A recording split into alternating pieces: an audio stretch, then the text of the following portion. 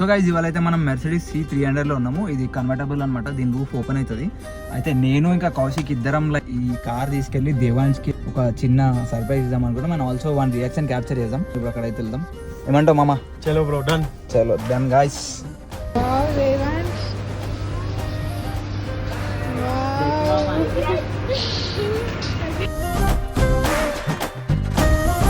Guys,